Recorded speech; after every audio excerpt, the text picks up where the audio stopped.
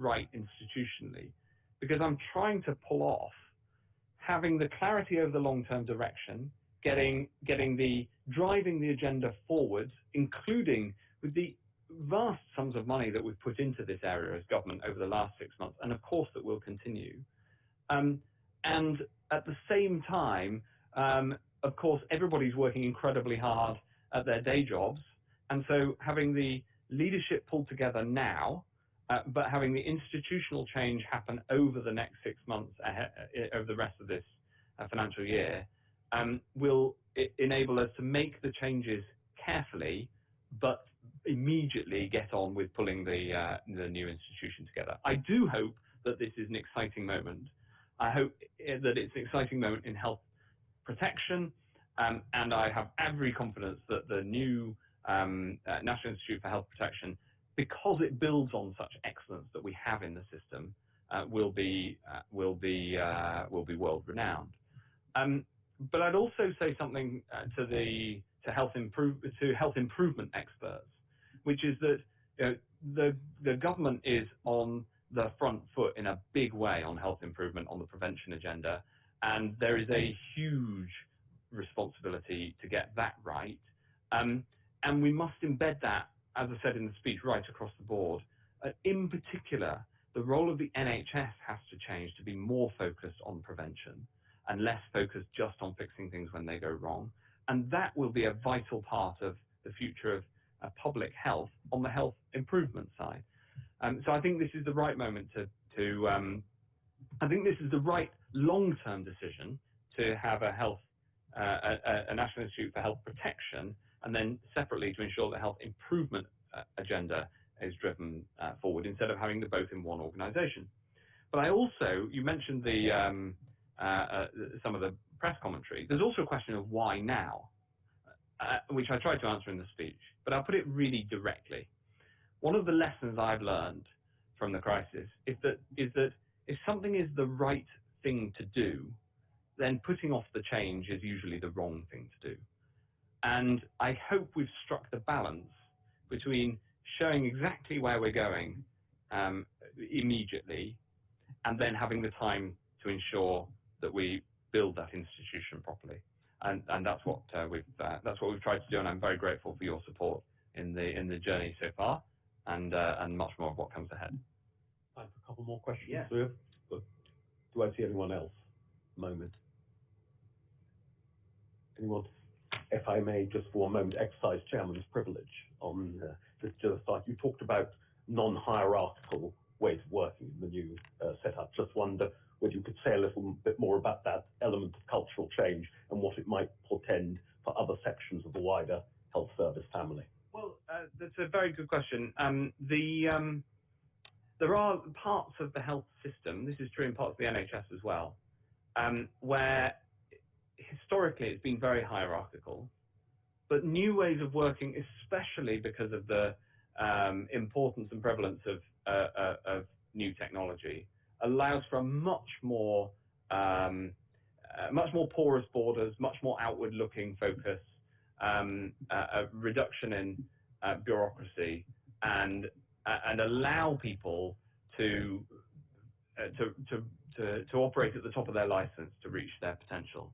And this is something that was a big focus of my speech a couple of weeks ago on the future of the NHS, but it's absolutely true in public health as well. One of the things the crisis has shown is that everybody's got a huge contribution to make, and what we need the system to help them to make their best contribution rather than hold things back. And one of the critical things that means is also working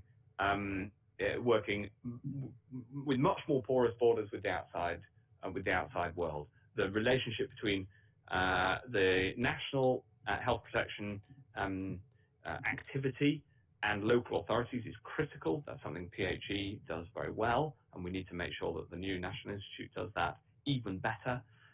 Making sure that we work with the private sector, who've got a huge amount to bring to this, and we need to be open and outward-looking in engagement between government, private sector, academia, the NHS, and by government, I mean government at all levels. And I just wanted to make that clear right from the start, that the culture of the new institution really matters, and the moment that you can best working culture and ways of working is right at the start. Let's see anyone. Gentleman there, if you could, sorry, if you care to come forward to the microphone and give your name and organisation. Jonathan McShane, and I'm the chair of the Terence Higgins Trust.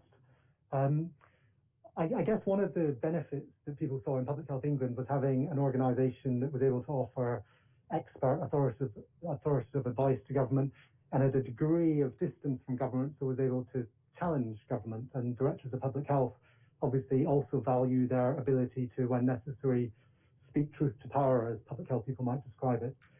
Do you, for both the health protection and the health improvement areas, do you see value in the new health protection organisation, and whatever arrangements are made for health improvement, having that degree of distance that allows them to challenge government?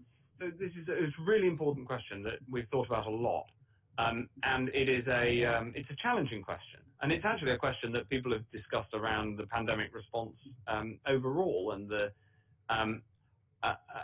and if I answer the general question, then the specific. The general question, my response is, I absolutely want to be provided with the best possible advice that is objective and given without fear or favour, and as open to external challenge as possible. I think that the more we publish, the better, because you find out all sorts of things you didn't know from people who critique it from outside. This is true with open data and the drive to get more and more of the, for instance, the test and trace data published, and also in terms of scientific advice and public health advice. At the same time, you need operationally to be able to come together and work seamlessly together. And if you formalize independence too much, you can cause frictions in that part of the relationship which get in the way of response. And so the way that we're going to structure this with the new NIHP is that for clinical analysis and clinical purposes, it reports to the CMO, who is independent in terms of his advice, and it is a he, but his advice to ministers. And so I get very clear advice from Chris Whitty, and he certainly doesn't aim off. According to my views, he tells me exactly what the best possible clinical advice is, and I'm sure the same is true. In fact, I know the same is true of the health ministers in the devolved nations when something is a devolved responsibility. And so hence the reporting line to the CMO for clinical, essentially scientific purposes, will allow for that very direct advice. On the other hand, operationally, we need to make sure it's embedded with the whole government effort. And on health improvement, the same applies. So we need to be able to have that distance for truth unto power in terms of analytical and scientific advice. But at the same time, so many health improvement policies are actually government policies. You know, tackling air pollution, I can't do it. I have to do it. You know, it's me and DEFRA together. And so actually that, if anything, needs to be more embedded in a classic departmental policy function, because a lot of the time the job is to persuade other bits of Whitehall to do the right thing. Is there anyone I can't see because they're obscured towards the back? Anyone who wants to ask a question? Any final question? You've been generous with your time. Anyone going? Go. Please. Name and organisation, please. Hi, Emma Lynn from Pfizer. You've referred a couple of times to the importance of the role of the private sector and the lessons that have been learned by the contributions from lots of different people through the pandemic. I just wonder if you can expand a bit more on, you know, with this great long-term direction, how do we best respond to that and support that direction? Well, it's a great question. It's incredibly important. The truth is, we couldn't have done this without the private sector. We couldn't have expanded testing in the way that we did.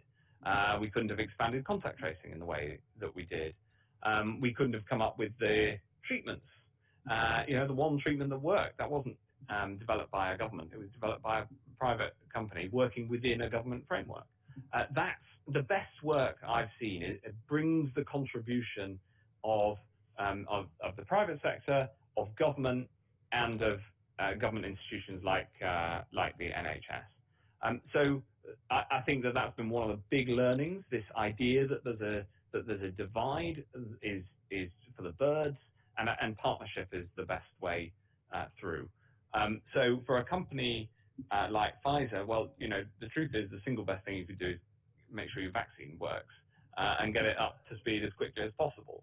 And there's a classic example. And on the vaccine that the vaccine candidate, for instance, from the Pfizer one is largely down to Pfizer themselves. The vaccine, the Oxford vaccine candidate, a classic example of academia supported by government funds working with a business in AstraZeneca to get to scale.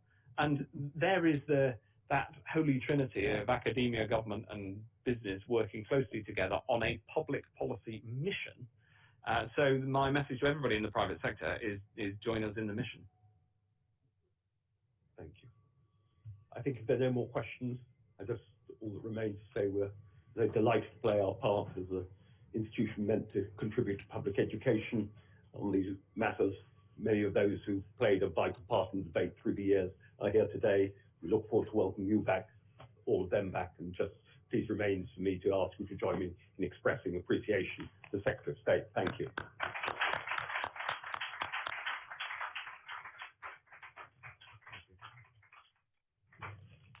I'm not sure whether you're meant to leave very quickly or very slowly. I'm afraid of this, but no doubt there's somebody expert enough in the audience who can tell us what has to be done. But thank you. Everyone can